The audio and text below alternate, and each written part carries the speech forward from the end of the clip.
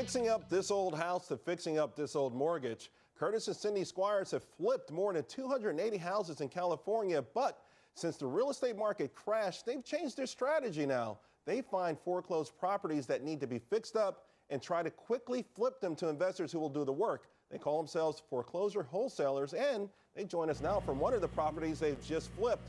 Welcome, Kurtis and Cindy Squyres from Cathedral City, California. Hi, Charles. How you doing? Hi, guys. Okay, so you're outside of one of the homes. Just to start with, since you're outside and you're going to be walking in, tell us, is there anything special about the outside? Does it matter, the appearance? Well, probably the most special thing about this house is the no trespassing sign on the front window. And what used to be where the window once was, there was an abatement sign, a big red tag. California just passed some legislation that they can fine banks $1,000 per day if they don't clean up their act, which is just huge because they have hundreds and hundreds of properties. So that makes them more motivated and makes us more likely to get a great deal on a property. And that's how we got this deal. Well, you know, it's interesting, guys, because there's so many foreclosures, and I know folks watching this are so intrigued. What element of a home, a foreclosed home, just turns your eyeballs into dollar signs? Oh, when you see this house, you'll know. They're torn up, they're dirty, they're stinky. They need repair. These are homes that regular families cannot buy because the lenders will not make a loan on them. So they're sitting here, they're just rotting up the neighborhoods, and they're waiting for investors like us to scoop them up and fix them. That's right. So you're saying regular folks can't buy them now. Who else will be qualified to buy them? Well, pretty much you need to either have cash or private funding. Private funding is specifically designed for properties that are like this. You know, it's basically what you have is investors that are making very high interest loans, but they don't care what the condition of the property is, because they base their loan on the fixed up value of the house. So pretty much you need cash or private money. A conventional loan is not going to cut it for a property like this. Yeah, the banks have tightened up their guidelines so much, and they're just so conservative when it comes to lending money on properties anymore. And can you blame them? So Cindy, does that mean that you have a certain threshold or limit as to how much money you'll spend on one of these homes? Well, it depends on the numbers on the home. Like this one, we got it for $180, and it's worth fixed up $300. Right. So that makes sense. Now, on a price point, we have to keep in mind who our customers are, which are other investors. Now, as you mentioned, we've fixed and flipped entire projects for the past 10 years. And because of the slowdown, we've changed our business model. And now our customer, instead of the final product to families, it's now other investors who do what we once did. So to keep the price point where most investors can actually buy them, we try to keep it under $350 or so. We find the best market for that price point. You know, guys, home sales have slowed dramatically. How long does it take you to find a home like this and successfully flip it? I would say the way the banks are in trouble right now, Cindy can sit down. If she's focused, she can get a deal like this in about 2 days. Well, you can find it in about 2 days, but how long does it take you to unload it? At least 5 hours now. We've come a long way since when we first started. We started doing this a year ago, and I would have to sit and call each investor one by one.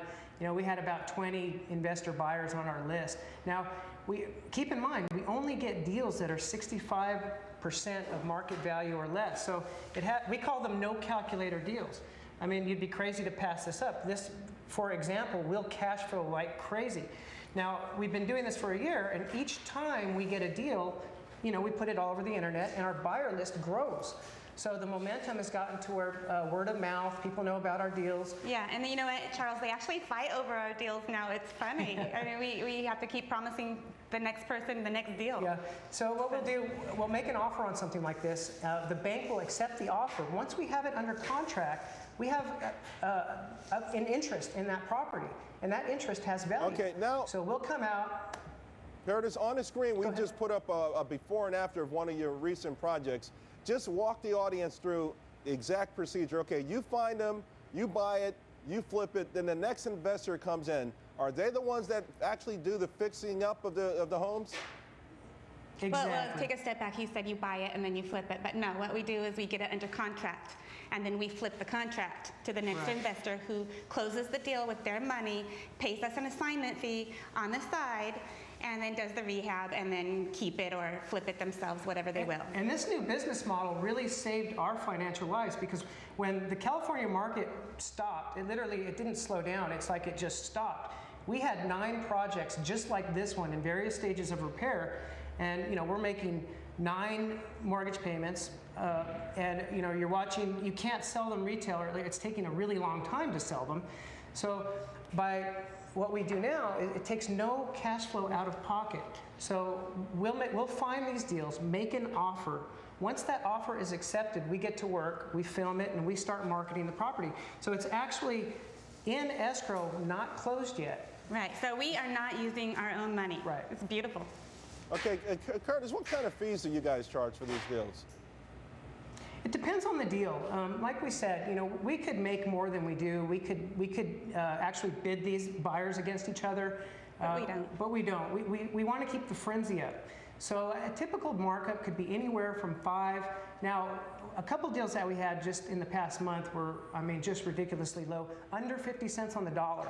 So to answer your question, Charles, about 10 grand. That's about average, yeah. It can go up to 30 if it's a ridiculously good deal, but average is about 10. Yeah, we let the investor make most of the profit. Right. Okay, so let's go through the ones that we have so we can take a look at what you're doing here. Okay. We have one on the screen before $198,000 and after $225,000. So one of your investors was able to make that difference. Okay, so the purchase price would be $198. Does it have an address name on that? No, it doesn't. I think that might have been It has a Helen. picture of a cute couple, together, though. don't they? Yeah. Okay. Oh, okay, that's Thanks. Helen.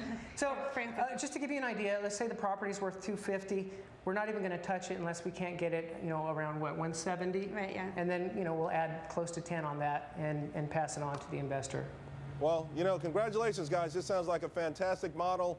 I guarantee you're going to have a lot of competition. By the way, what is your website? Farbelowmarket.com. Okay, great. Thanks a lot. Congratulations. On deck. Thanks, Thanks, Charles.